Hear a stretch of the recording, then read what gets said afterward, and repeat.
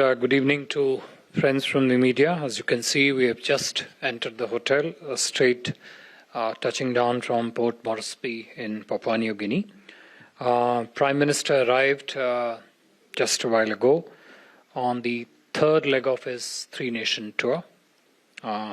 It has been absolutely packed visit so far, with both bilateral and multilateral engagements, about which we have spoken over the last couple of days.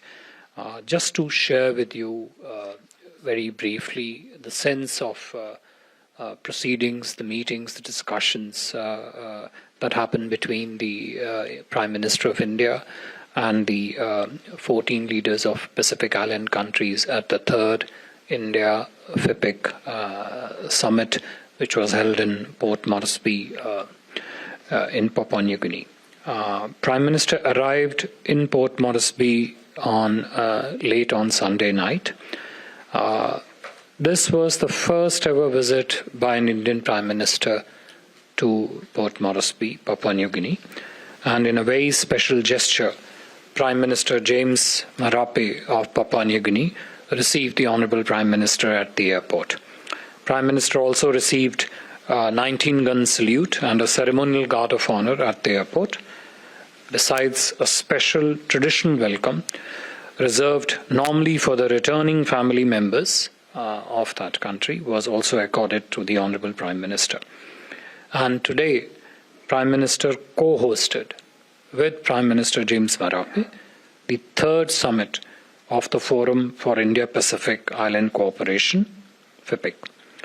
This is a unique platform that brings together India and 14 Pacific Island countries: Cook Islands, Fiji, Republic of Kiribati, Republic of Marshall Islands, Federated States of Micronesia, Niue, Republic of Nauru, Republic of Palau, Papua New Guinea, where the summit was held, Samoa, Solomon Islands, Tonga, Tuvalu, and Vanuatu. As you would all know and recall, FIPIC was launched in Fiji in 2014 during Prime Minister's visit to that country. It has helped deepen considerably our engagement, its scope, its breadth, and its intensity with the PIC countries across various domains and as per priorities which are set by the FIPIC countries.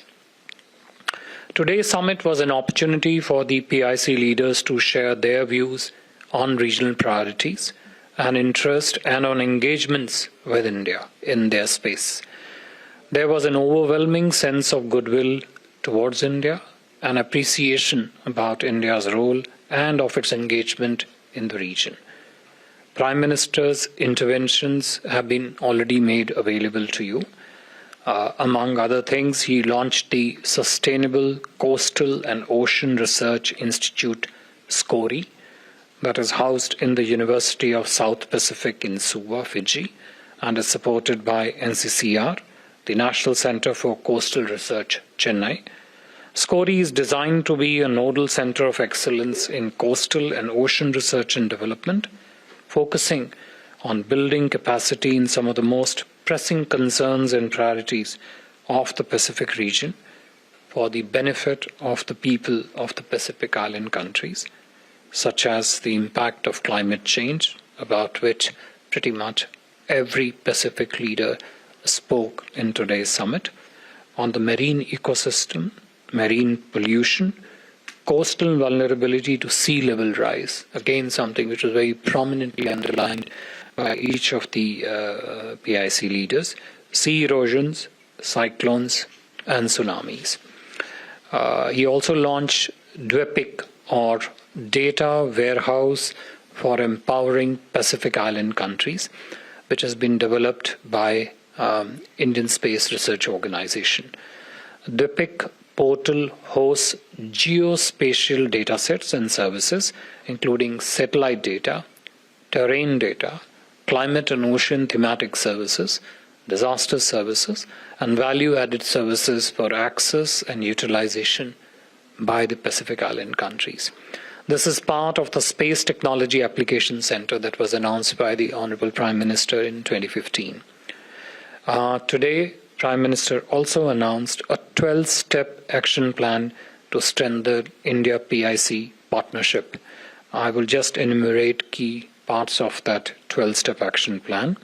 First, he announced a 100-bed regional super speciality hospital in Fiji, setting up of regional IT and cybersecurity training hub in Papua New Guinea, Sagar Amrit scholarships, 1,000 scholarships spread over the next 5 years, again across the range of areas that are priority for the Pacific Island countries.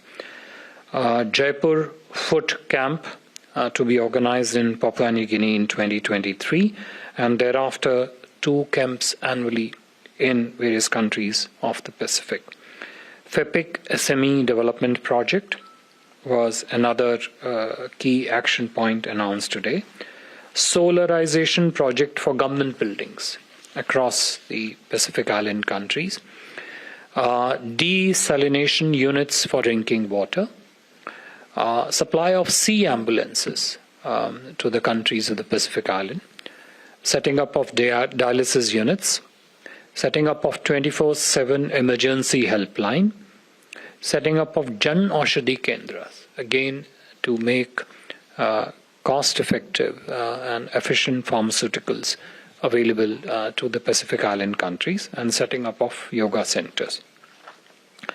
On the bilateral side, Prime Minister held meetings with the PNG Governor General, Sir Bob Dade, as well as with Prime Minister James Marape.